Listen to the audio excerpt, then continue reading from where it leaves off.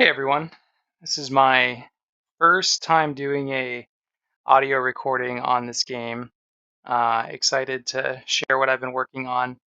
I think I've been working on navigation for like 4 months now.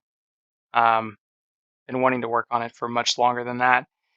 Didn't really appreciate how challenging it would be to put this together, but uh, really concluded it was absolutely essential to building a good RTS game. Effectively, you need to have a game where you don't have to, the player doesn't have to micromanage every unit because they're getting stuck on the map or doing things that just look weird. Um, so this is really Gen 1 or Rev 1 of my navigation and path planning in some sort of implementation form. So what I've got here right now are units spread out throughout the map, and I will demonstrate the ability to move units from one point to another. Here I'm going to make a nice grid formation for these to go into, and you'll see these guys go through. Um, 4 months ago, if I did this, the frame rate was probably like 15, 20 frames per second with the Unreal Engine built-in navigation system. And as you scaled up, it basically went to zero. Um, with the flow field implementation that I'm using here, I'm running at 70 frames per second with half the units on the map here. It runs maybe down at like 60 to 50 to 60 frames per second, which I'm quite happy with right now, considering there's a lot of optimizations even beyond the navigation that I'm still working on. But you can see these guys here moving to the target.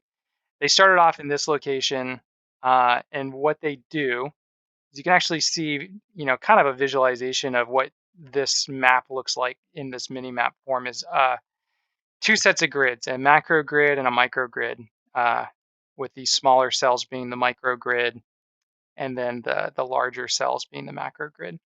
And effectively, when you select a bunch of units and tell them to go somewhere, I will do a rough A star calculation along the macro larger cells to find the shortest, most optimal path that doesn't intersect with, high cost areas where there's a ton of traffic like these here.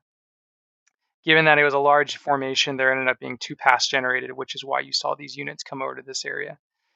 Um, as they are going along, as the path planning is being built out, the units are grouped based on their final destination and where they land inside of these cells.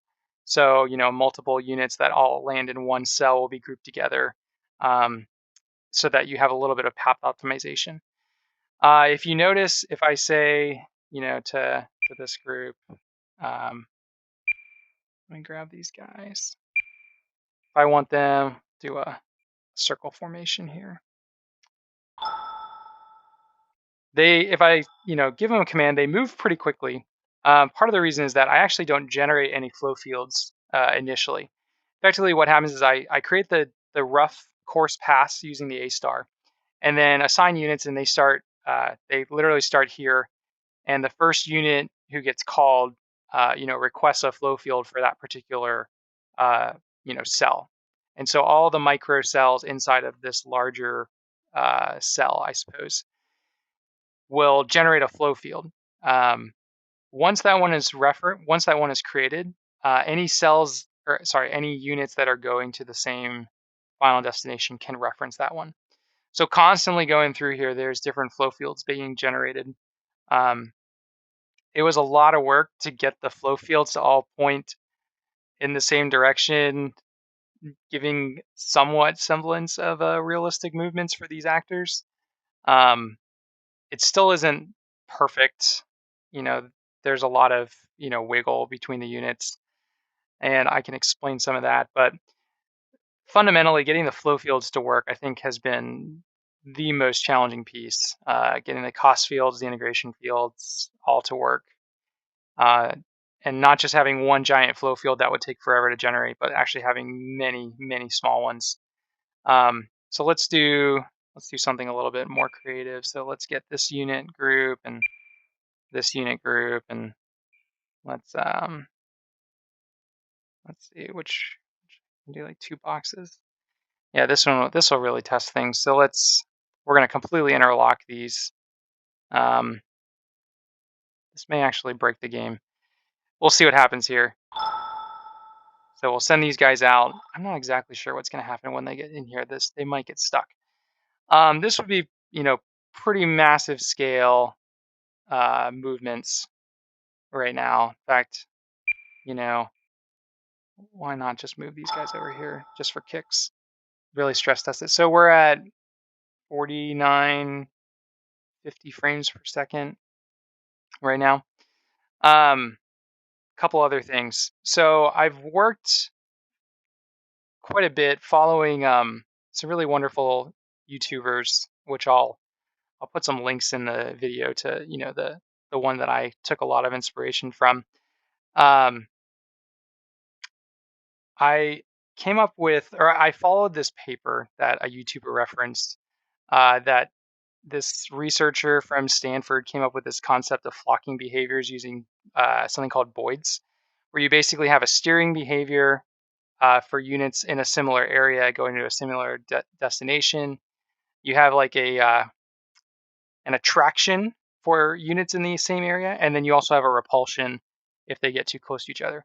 And that generates, these fairly interesting flocking behaviors that you see here, where you get almost like schools of fish. Um, it's not perfect, but if you see units all kind of moving in the same way, that's because they have a steering behavior for a radius of around them, and that's pretty special.